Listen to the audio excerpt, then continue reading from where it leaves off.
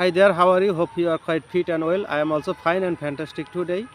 Right now, I am here to share you some important things, and the thing is use of see, look and watch.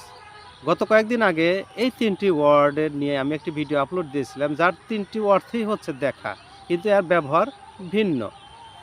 কিন্তু আমার কয়েকজন শুভাকাঙ্ক্ষী আমাকে মেসেঞ্জারে knock করেছে যে তারা আরেকটি ভিডিও চায়, বিষয়টি তাদের কাছে এখনও ক্লিয়ার হয় নাই, যে কারণে এই নতুন ভিডিওটি তৈরি করা। তো আপনাদেরকে সবাইকে এই নতুন ভিডিওতে স্বাগতম। আমি অনেক চিন্তা ভাবনা করে নতুন একটি আইডিয়া খুঁজে পেয়েছি, যাকে আমি ক্যাটালিস্ট হিসাবে বা অন্য ঘটক হিসেবে ব্যবহার করব। সেটি হচ্ছে পঞ্চ ইন্দ্রিয়। পঞ্চ ইন্দ্রিয়কে কি? একটি হচ্ছে দেখা, আরেকটি হচ্ছে শোনা, আরেকটি হচ্ছে ঘ্রাণ নেওয়া, আরেকটি হচ্ছে স্বাদ নেওয়া এবং আরেকটি হচ্ছে স্পর্শ করা, স্পর্শের পাওয়া। তো আমি প্রথমে আলোচনা করব দেখা নিয়ে। আমি বলেছিলাম সেই ভিডিওতে, আমি যখন এরকম চোখ বন্ধ করে থাকি তার মানে কি আমি অন্ধকারে আছি, আমি কিছু দেখতে পাচ্ছি না, এটাই অন্ধকার। তাহলে আমি যখন চোখ খুলবো তখন আমার চোখের সামনে যা ভেসে উঠবে, যা আমি দেখতে পাবো, ইচ্ছা হোক অনিচ্ছাই হোক, এটাই হচ্ছে সি। যেন আমি চোখ খুলি আমি দেখতে পেলাম যে আমার সামনে একটি লোক দাঁড়িয়ে আছে, আমি বললাম আই সি এ ম্যান। কিন্তু এই লোকটাকে যখন আমি অনেক অ্যাটেন্টিভলি দেখব, মনোযোগের সাথে দেখব, তখন আমি বলবো আই লুক দ্য ম্যান। আবার যখন পার্থক্য জীবনে আমরা কোনো কিছু এনজয় করব, কোনো কিছু দেখার মাধ্যমে, যেমন কোনো সিনেমা দেখা, কোনো মুভি দেখা, কোনো খেলা দেখা, তখন এটাকে আমরা বলবো ওয়াচ। আশা করি বিষয়টি ক্লিয়ার হয়েছে। সি, লুক এবং ওয়াচ।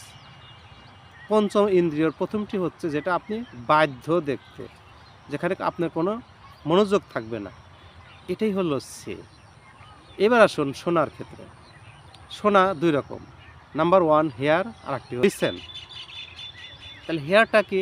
ঠিক পঞ্চ ইন্দ্রিয় যে ওই রকমই, অর্থাৎ চারদিকের শব্দ আমার কান দিয়ে ঢুকে যখন মস্তিষ্কে প্রবেশ করতেছে, তখন এটা হচ্ছে হেয়ার।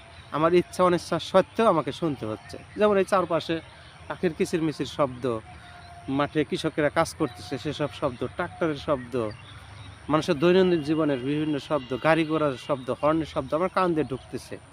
আমার ইচ্ছা অনিচ্ছা সত্ত্বেও আমাকে যেটা শুনতে হচ্ছে, এটাই হচ্ছে হেয়ার। কিন্তু যখন আমি নির্দিষ্ট কোনো কিছু মনোযোগ দিয়ে শুনবো, তখন সেটা হবে লিসেন।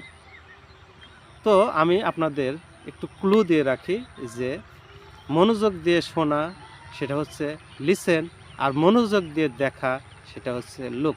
আশা করি দুইটার মধ্যে সাদৃশ্য খুঁজে পাবেন। আর হেয়ার এবং সি দুটার মধ্যে সাদৃশ্য খুঁজে পাবেন, দুটার মধ্যে কোনো মনোযোগ নেই, অর্থাৎ সেখানে বাধ্য আপনি দেখতে।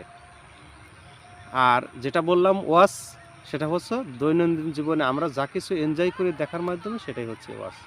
আশা করি আপনাদের সামনে বিষয়টি ক্লিয়ার হয়েছে। সবাই ভালো থাকবেন, সুস্থ থাকবেন, এই কামনায় রইল। আল্লাহ হাফিজ।